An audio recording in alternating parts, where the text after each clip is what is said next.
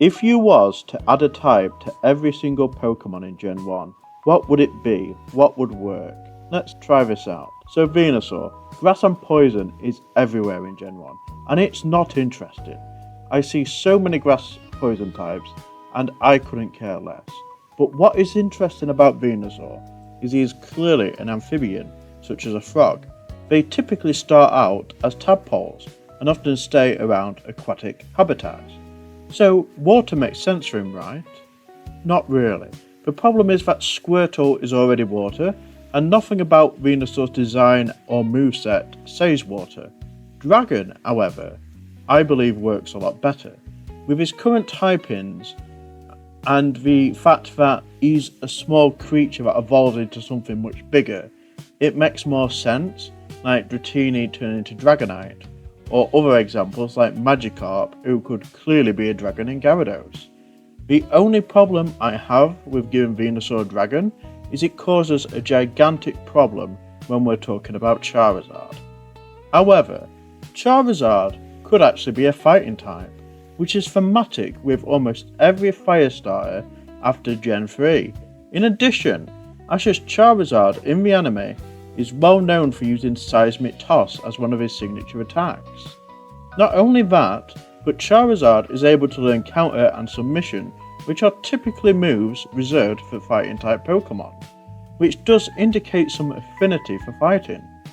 Honestly, I would prefer to make Charizard a dragon, but fighting's a good secondary option, and I believe if Venusaur is Hogging Dragon, it's perfectly fine to make Charizard a fighting type.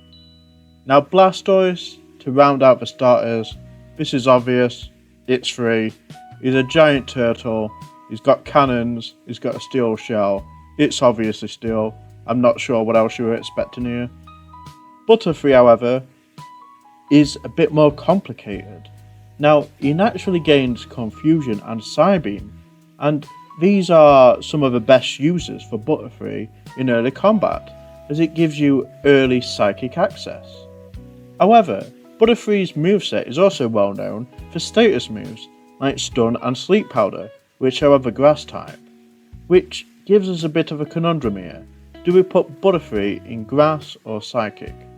Personally, I think Butterfree goes better into grass, because psychic would be too strong early game, and not only that, but there's so many Pokemon which would make more sense in the psychic type, whereas few could actually gain the grass type.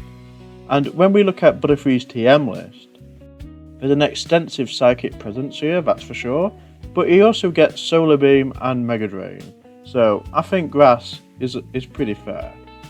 So, to counter Butterfree, obviously we have Beedrill. Now, I think Beedrill's a bit of a pain, because moveset wise, it has nothing but Bug, Poison and normal moves. And slapping normal on here just feels lazy. The design doesn't say normal, nothing about Beedrill really looks like it's normal, apart from that it's a bee, or a wasp. But when you think about a wasp, wasps are very annoying, they're very aggressive, and this is portrayed well in the anime. The Beedrills constantly harass Ash, and the Dart type just makes sense here. From Gen 2 onwards, he does learn Pursuit, and in later generations he gets Assurance, so I'll take that as an assurance that Dark is a decent type for him. Now Pidgeot is clearly a dragon. He gains Twister as a move in his natural moveset every generation after Gen 6, and Mega Pidgeot gets this very colourful plumage that gives him a bit of a draconic vibe, and we know how rare and majestic the common Pidgey is. Alright, I'll stop messing around now. Pidgeot is an odd choice, and it would be easy to give him a fighting type. The talons are clearly going to be mighty powerful, and this Pokemon does feel somewhat close to Staraptor, which is well known for its close combat skills. But I feel like fire actually works here. Pidgeot does get Heat Wave in later generations, and the idea of him swooping down really fast, building up kinetic energy, makes Pidgeot quite a bit more interesting.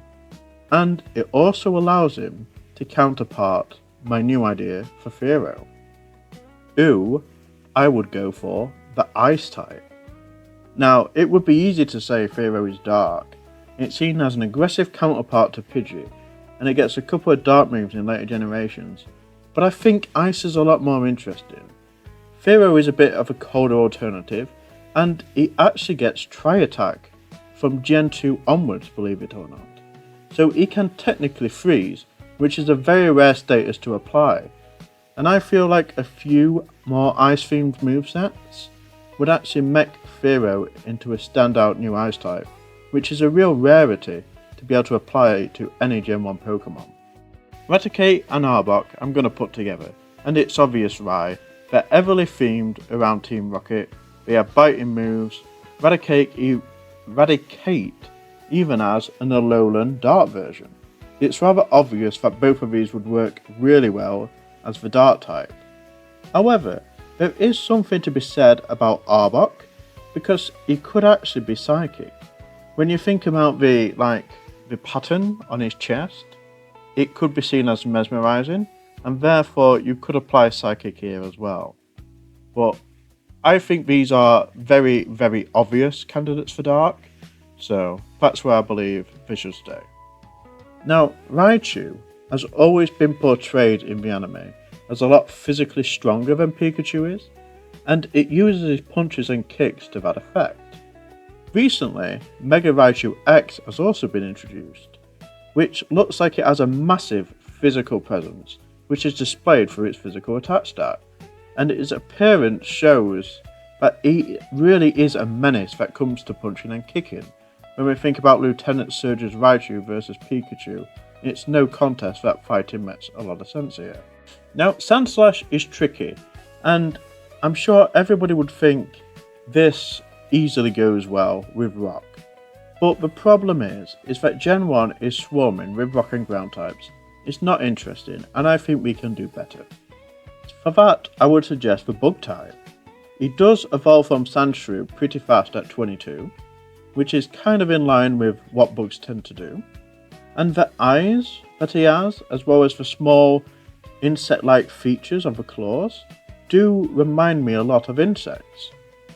In Gen 2, Sandslash also gets access to Fury Cutter, and if you're looking at Gen 4 and onwards, he even gets X-Scissor as well. So I believe his bug-like characteristics, his early evolution time, and the fact that he gets a few bug moves in later generations does actually work out pretty well for him. Nidoking and Nidoqueen, I'm really struggling to label these guys, and therefore I would like to pose this one to the audience. What do you think would make sense for these two? I personally feel like Fairy would work, but it's going to be applied to Wigglytuff, Fable, and likely Chansey, and I feel like throwing Fairy retroactively on a lot of Pokemon is going to get boring very quickly. So I'm asking for your help here. What would you decide to make Nidoking and Nidoqueen if you was going to add a single type to them?